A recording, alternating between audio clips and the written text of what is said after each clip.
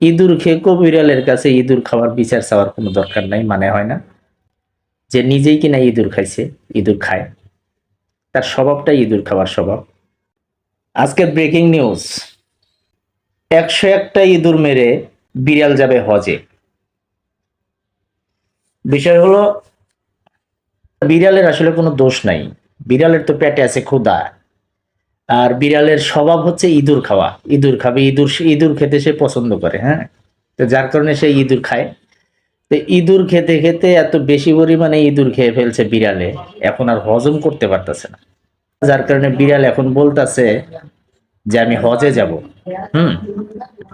বিষয় হলো, বিড়াল ভাবছে যে আমি তো ইঁদুর ধরে ধরে খাই, ইঁদুর আমার দিকে বরাবরই ভয় পায়।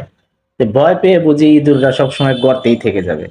কথায় আছে যে দেয়ালে পিঠ থেকে গেলে মানুষ ঘুরে দাঁড়ায়। তো ইঁদুর ভয়ে থাকতে থাকতে ইঁদুরের যখন দেয়ালে পিঠ থেকে গেছে, তখন তো ইঁদুর সব গর্ত থেকে বের হয়ে আসছে। ইঁদুর সব গর্ত থেকে বের হয়ে রাস্তাঘাট, মানে এমন অবস্থা যে কোথাও আর জায়গা নাই, সব জায়গায় ইঁদুর, ইঁদুর আর ইঁদুর।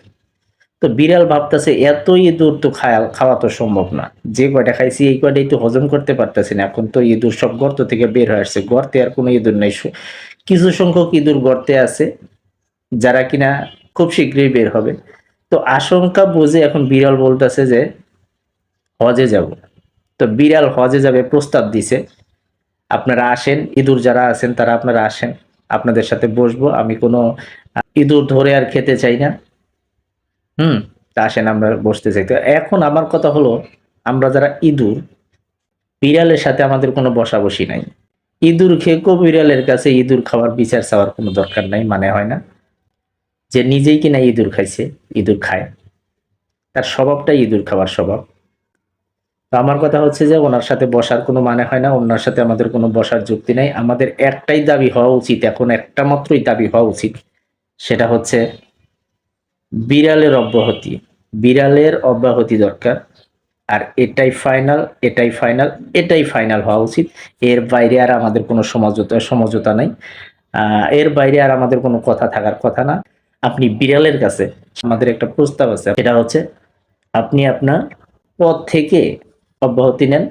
আমাদের একটাই মাত্র দাবি এখন, এর চাইতে বেশি কিছু আমাদের আর আপনার কাছে চাওয়া নেই। বহুত করছেন আমাদের জন্য, আমরা আপনার কাছে কৃতজ্ঞ।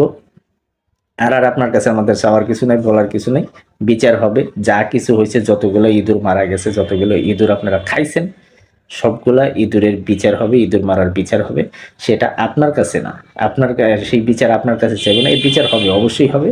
তো কোথায় হবে, কিভাবে হবে, কবে হবে, সেটা হচ্ছে সময়ের উপর নির্ভর করে। আপনি শুধু আপনার জায়গা থেকে অব্যাহতি নেন, এটাই হচ্ছে আমাদের এক দাবি, এটাই হচ্ছে আমাদের একটাই চাওয়া।